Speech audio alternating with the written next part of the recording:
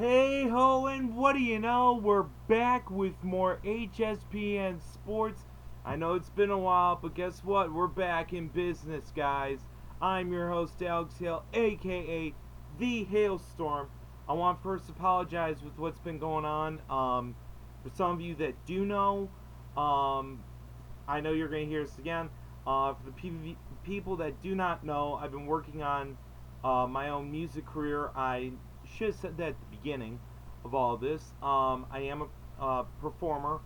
I worked on my first single with my uncle, and it is on YouTube, and that's what I've been doing for the past month and a half or so. I do have some shows for you. I got an NFL draft review coming up. I got the NBA draft preview coming up. I'll probably work on NBA Finals preview tonight or something. But we gotta get right to this because I know it's really, really late for this. But we do have a Q&A session to do. So let's get right to it. And our first questions are from RayLewisTheLegend. We'll start with his first question, which is, who would you choose to win in a single match and why? John Cena versus The Rock. Well, now it's a great thing that you asked this question because it is official at WrestleMania 28, John Cena versus The Rock. And if it's for the WWE Championship, I hate to say it, but John Cena's going to win that. If I had to pick it in a non-title match, that's a tough one. I'm going to go with The Rock. As much as I'm a John Cena fan, because he got me into wrestling and everything, I started out liking wrestling really late, and that's a whole different story. But I would choose The Rock. So there's your answer. I really think The Rock in a regular fight is more. He's more of a street fighter type guy. So if we're talking about a WWE match, I mean WWE would just give The Rock the win because it's The Rock. So okay, so that was the first question. Second one, your thoughts on Jeremy Shockey being released from the Saints and now playing for the Panthers. Well, now with Cam Newton there, I don't think it's going to make a huge difference. I think Steve Smith wanting to get out of there kills every opportunity Shockey has of being an impact player there, because they got no wideouts. I really thought in my original mock draft I actually had considered AJ Green being the number one pick, but I came to the conclusion that Newton was probably going to be the choice. New regimes mean new quarterbacks, not corner, quarterbacks, and they were going to go with Newton because of his upside and his speed and his leadership, and that's the way they went, obviously, even though I disagree with the pick, and you'll figure out more why in the future. Thoughts on Bob Sanders playing for the Chargers? Well, a team that really needs to be more consistent defensively. If he can stay healthy for an entire year and play like he did in Indianapolis, I've always said the Chargers are always an underrated team, and the Chargers, I think, would really get a huge benefit from this, especially in a secondary where it's not as strong as most other teams.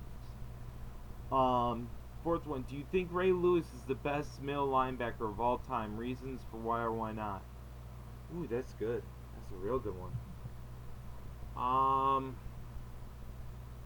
I want to say yes. That's just really tough for me to say because you've got a lot of great linebackers out there. You really do. I think when it's all said and done, I think Patrick Willis will be a better middle linebacker than he is. But for right now, I'll say yes. There's just something about the way he runs a team. He's like a quarterback on defense. He's like the Peyton Manning of defenses. I mean, he calls everything. He leads everything for that defense. And I mean, wow. That's the one thing I really respect about him. He knows how to run the defense. So I'll say yes on that. But it's a very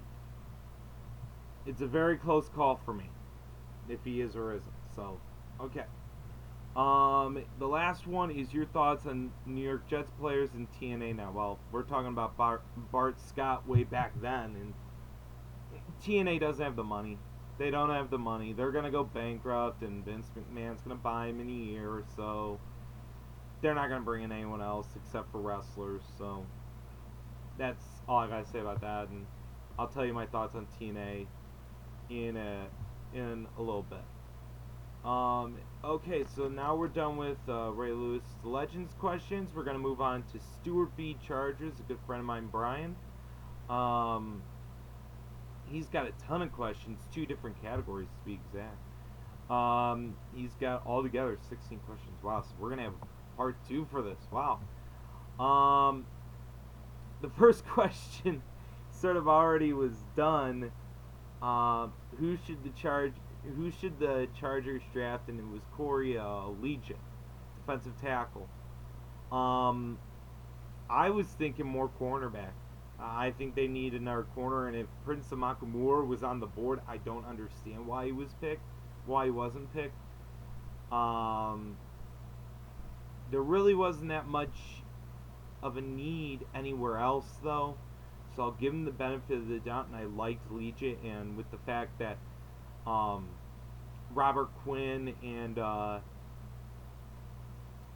what's his name, Nick Fairley went off the board before them, Legion is a good pick, and I really would have preferred a Makumura for them, which really would have made that defense really, really good. This next question is not really much of a question because he isn't there, but I'm going to guess and say that he meant for the Red Sox. So he's talking about the impact of Adrian Gonzalez for the Red Sox. If you go back to my AL East preview, I said Adrian Gonzalez is going to make a huge difference.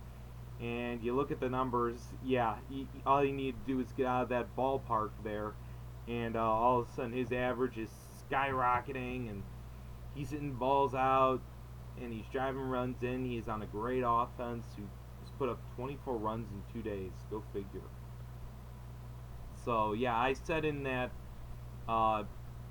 blog that he was going to be a huge star there. Thoughts on Matt Latos, the young pitcher from the Padres? I know you're a big fan of his. He needs time. I loved what he did last year, but as it's obviously showing this year, he could be going through a sophomore slump. He might not be. I think he's got great upside, great talent. He just needs time. He's one of those pitchers that he came out of nowhere and was a star, but there was just something about him that made me think, you know what, he needs time. I never had him high on my fantasy draft board at all. I had him like top 15, but he was like 14, 15 on my board, and by that time I got to the 14th or 15th best pitcher on my list, he was already way gone, so I knew people were overdrafting him, and look at that now. Who is the better breakout player this year, Blake Griffin or Kevin Love? Well, Kevin Love was most improved player of the year, and Blake Griffin came out of nowhere. I'm going to say Kevin Love because I predicted this. I predicted that Kevin Love was going to show up this year. I said, one player you just need to watch out for is him. He's a 10-10 guy, maybe 15-15, which turned out to be just about right out on the money on that one. And, well, turned out to be a really, really good choice. Blake Griffin, though, I think has a great future ahead of him. Even though I'll say more about that in the next blog because we're running out of time. We're right about that 10-minute limit, so stay tuned for part 2. We've got tons more questions coming up, so stay tuned.